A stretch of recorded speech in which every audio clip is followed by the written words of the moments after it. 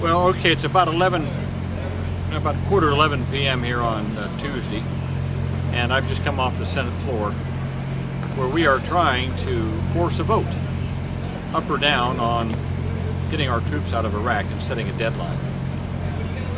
Now, I know it may seem strange to a lot of people that we can't get a vote. They say, well, you're a senator, you're supposed to vote. Well, the Republicans are doing a filibuster. They will not let us vote on a timeline. It's called the Levin-Reed Amendment. They will not let us vote up or down on it because it sets a deadline for getting out of Iraq. And the Republicans know we have a majority of the votes to pass it. But under the Senate rules, if there's a filibuster going on, it takes 60 votes to stop the debate.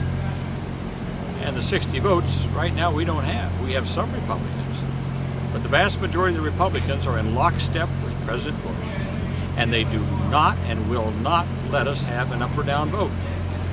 This is very frustrating, as you can imagine. My office has been deluged in the last few weeks with calls, emails, written letters from people all over Iowa telling me we've got to get out of Iraq, begging to do something to end this war. A recent poll showed that about 71% of Americans, and I think that reflects about the same thing in Iowa, 71% want us out of Iraq. People realize we were misled into this war. They realize it's a civil war. They realize, as what all the basic military people have been telling us, the generals have been telling us, there is no military solution in Iraq. None. And yet, day after day after day, our young men and women get killed, maimed, injured for life. And we all know that we're going to have to get out of it. So, all we're trying to do is get an up or down vote. And that's why tonight the leader of the Senate, Harry Reid, said, well, we'll just stay in all night. And we'll talk all night if they want to. We'll have votes all night to try to end this filibuster.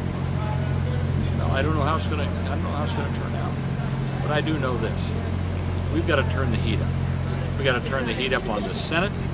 We've got to turn the heat up on the President. The House of Representatives has already passed the basic Levin-Reed Amendment to set a deadline. But we can't get it done in the Senate because of these rules and because of this Republican filibuster. Look, I want to be very honest with you. Republicans have a right, if they want to support the President. They have a right, if they want to support this war. They're elected, they have the right to support that war as much as they want. I really question whether they really have a right to deny us an up or down vote to reflect the will of the American people, which is to set a deadline and bring the troops home. So I don't care if they want to support the war. Let them vote. Let them vote up or down. They can vote their conscience or however they feel or whether they want to support the President. But all we're trying to do is just get a simple up or down vote. Now tonight I'm going to be speaking. I thought I would have spoken by now, but things got a little backed up in there.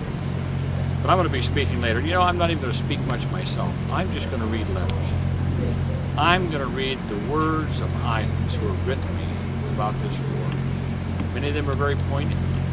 They're from mothers and fathers, family members of young men and women serving in Iraq, some of whom have been injured.